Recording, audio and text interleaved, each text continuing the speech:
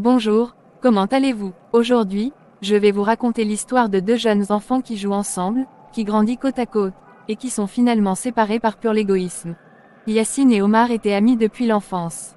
On les voyait partout ensemble, comme deux frères. Mais en grandissant, leur amitié allait être mise à l'épreuve par un ennemi invisible, l'égoïsme. Omar demande souvent de l'aide à Yacine, genre comme lui prêter de l'argent, lui porter des charges ou l'aider à réparer quelque chose qui lui est très utile. Frère, s'il te plaît, j'ai besoin de toi. Aide-moi, s'il te plaît. J'ai vraiment besoin de toi. Oui mon ami, calme-toi. Reprends ta respiration, et dis-moi ce qui ne va pas. Allez, je t'écoute, raconte. Franchement, je suis sorti pour aller travailler aujourd'hui. Mais la journée a été tellement longue, et dure pour moi, et malgré tous mes efforts, je suis revenu à la maison avec les mains vides. Ah, mon ami, c'est grave. Je ne te le fais pas dire. Et le plus pire c'est que, le moment même où j'ai pas d'argent, même pour s'occuper de la famille, et voilà mon enfant tombe malade. Oh, vraiment, quel malheur. Là où je suis présentement, mon ami, je suis bouleversé.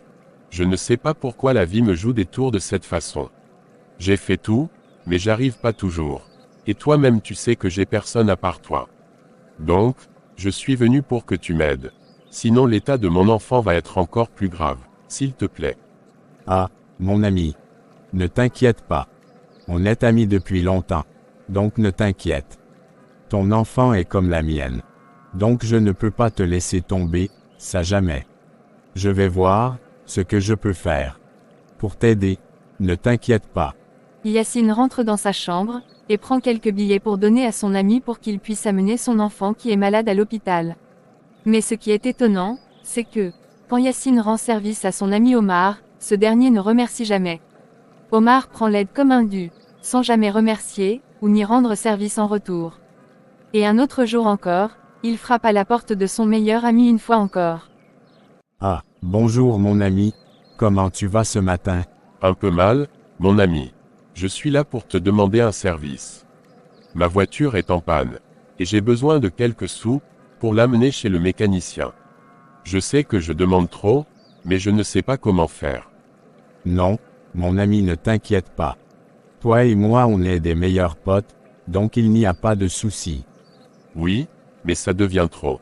Et je sais que j'en demande trop. Non, mon ami. Ne te mets pas des idées pareilles dans ta tête. Il n'y a pas de problème. Toi aussi tu peux le faire pour moi. Si c'était moi qui est dans ces genres de situations. Donc ne va pas y croire que, il y a de problèmes là-bas. On est ensemble depuis toujours, ce n'est pas maintenant on va se séparer. Merci beaucoup, mon meilleur ami. Je sais que tu es là pour moi, et que je peux compter sur toi. Vraiment, tu es un vrai ami depuis toujours. Yacine donnait, encore et encore. Mais Omar, aveuglé par son égoïsme, oubliait qu'une vraie amitié, ce n'est pas seulement prendre, c'est aussi donner. De plus en plus, de jour en jour l'égoïsme de Omar continue par grandir. Un jour, une fête a été organisée par leur groupe du quartier. Yacine offre des cadeaux, tandis que Omar arrive avec les mains vides. Et les amis du groupe ont commencé par interroger Omar à propos. Omar, pourquoi tu ne participes jamais? Regarde-toi. C'est toi qui viens toujours à la fête avec les mains vides. Yacine, lui il fait toujours l'effort de ramener quelque chose. Même si c'est le minimum de cadeaux, lui il amène. Mais toi jamais. Oh oui, c'est normal. Yacine lui il aime les choses de fête, avec les cadeaux. Il aime qu'on voit que, c'est lui qui a de l'argent, et que c'est lui qui fait beaucoup générosité. Moi, je suis pas de ce genre. Homme, vraiment. Tout ça là me fatigue. Omar en balade, retrouve quelqu'un, à qui il doit lui payer. Ah. Omar. C'est toi ça? Pourquoi tu es comme ça? C'est comme ça on fait? Tu sais bien que tu le dois de l'argent et tu es parti.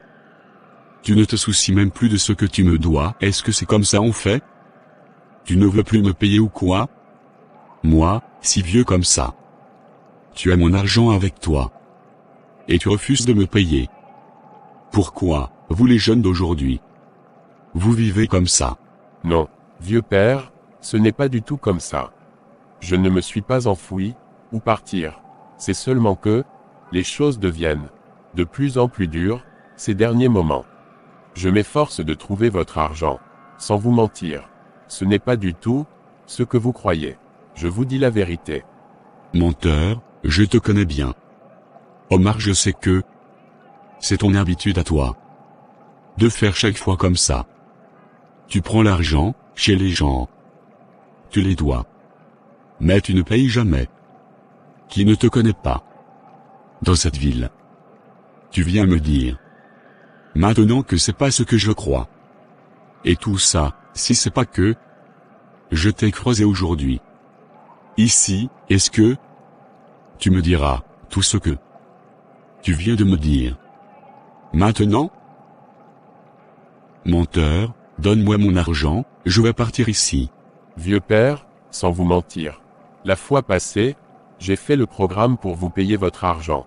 Sans vous mentir, mais le moment exact même, que je me suis décidé de payer votre argent, à pile moment, mon enfant est tombé malade.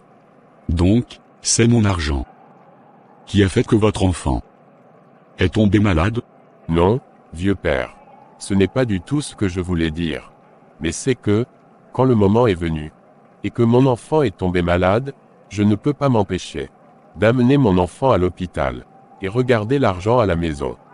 C'est pourquoi, j'ai pas pu vous donner votre argent.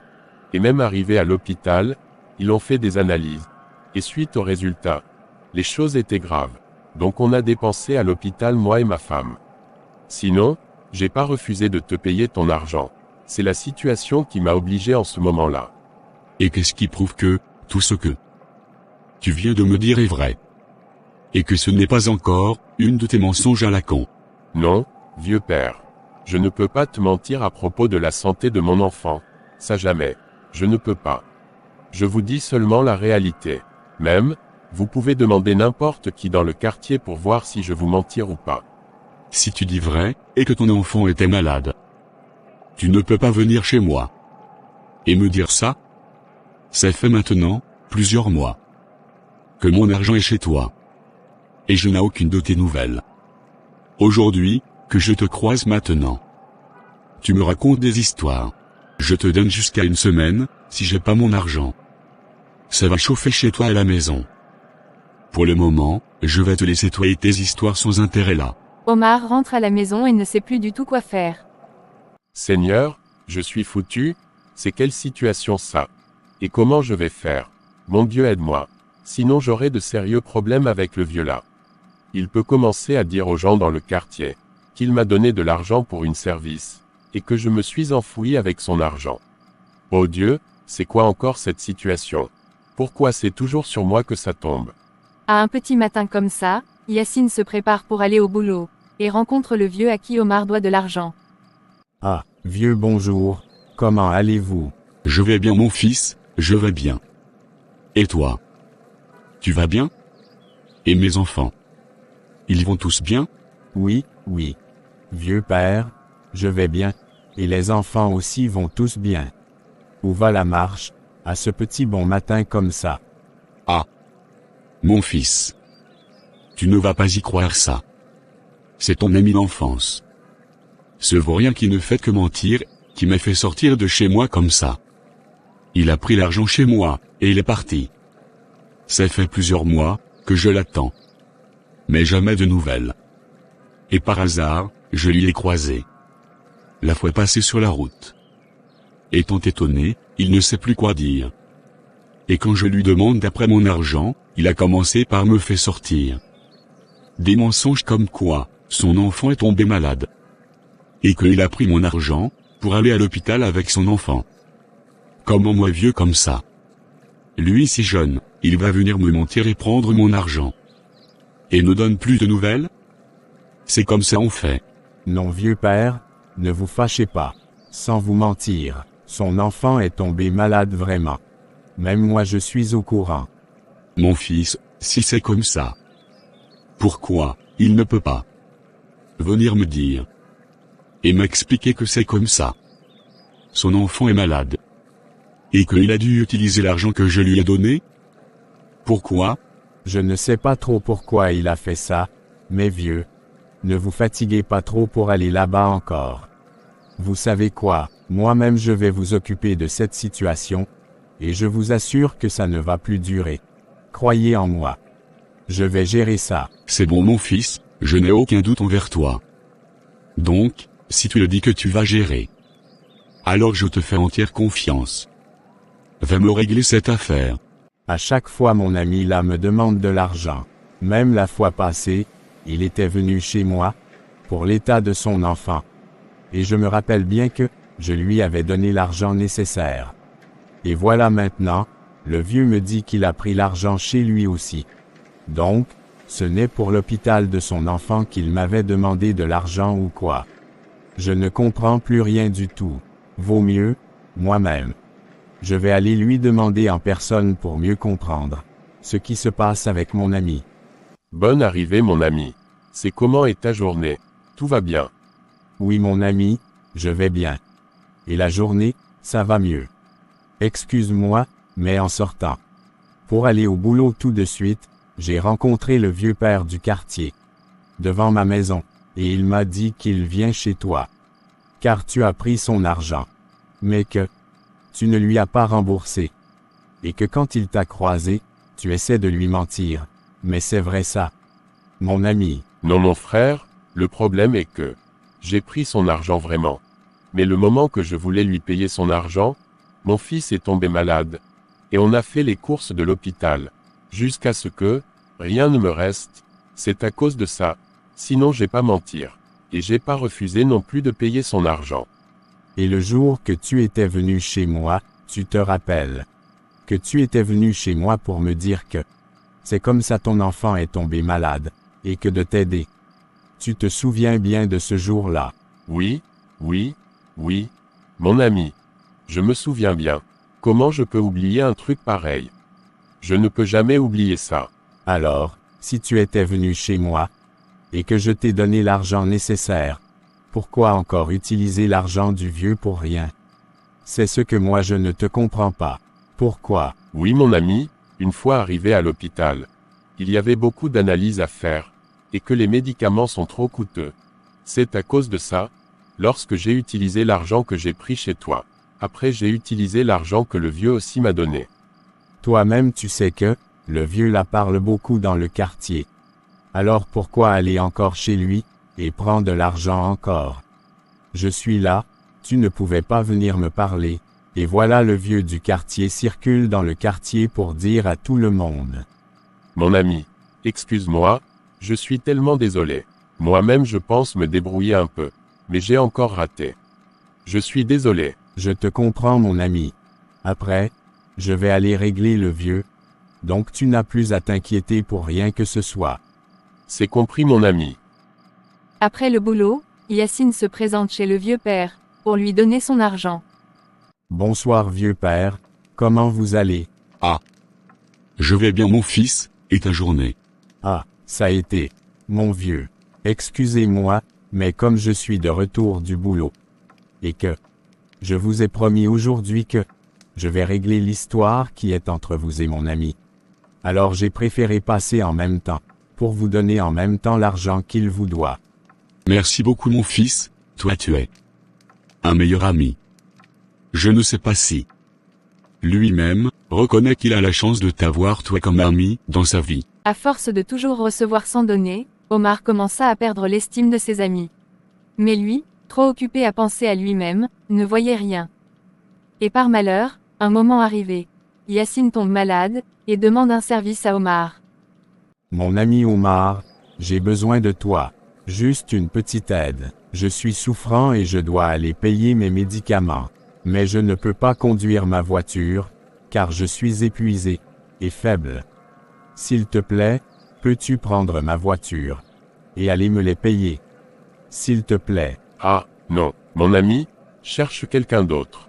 Actuellement, je suis occupé. Je vais prendre la route, pour aller quelque part urgemment. Donc, je ne peux pas te les payer. Mais, tu peux prendre l'argent. Et me les payer une fois que tu prends la route. Et que tu trouves une pharmacie sur la route que tu vas prendre au moins. S'il te plaît. C'est important pour moi. Non, mon ami, tu ne me comprends pas. Je te dis que je ne peux pas. Ah, Omar, c'est moi ton meilleur ami d'enfance. Qui a besoin de toi? Et qui te demande l'aide, mon frère. Ne me fais pas ça. S'il te plaît. Laisse-moi passer. On dirait que, tout ce que je viens de te dire, tout de suite tu n'as rien écouté. Ce jour-là, Yacine comprit que son ami n'était pas vraiment un ami, mais seulement quelqu'un qui prenait sans jamais donner. Un jour Omar se balade et trouve un de leurs amis qui lui dit « Salut. Comment tu vas? Oui, je vais bien. Et toi? Moi aussi ça va. Dis donc. Tu as eu les nouvelles de ton ami Yacine. Il paraît qu'il est malade. Il va mieux. Bon, moi je ne sais pas trop. La fois passée, il m'avait dit d'aller lui payer les médicaments. Mais j'étais occupé, et il ne voulait pas comprendre. Et, Omar, tu étais occupé. Jusqu'à tu n'as pas pu payer les médicaments. Pour ton ami? Franchement, c'est pas bon du tout. Toi, laisse-moi. Avec vous, c'est toujours les mêmes histoires. Omar, tu ne penses qu'à toi. Comment veux-tu garder une vraie amitié? » Omar énervé, quitte son ami, et va à la maison. Mais arrivé à la maison seul, il repense à tout ce que Yacine avait fait pour lui. J'ai tout gâché. Mon égoïsme m'a volé mon ami, ma confiance, ma joie. Comment je vais faire maintenant? Oh mon Dieu, c'est fini pour moi. Maintenant je suis seul. Omar cherche à se racheter, mais Yacine, blessé, garde ses distances. Une amitié brisée par l'égoïsme est comme un vase cassé. Même recollé, il garde les cicatrices. L'égoïsme peut donner l'illusion de gagner, mais en vérité, il fait tout perdre. Une vraie amitié, c'est partager, donner et recevoir. Celui qui ne pense qu'à lui finit toujours seul. Le prix de l'égoïsme dans une amitié, c'est la perte de cette amitié elle-même. Abonne-toi.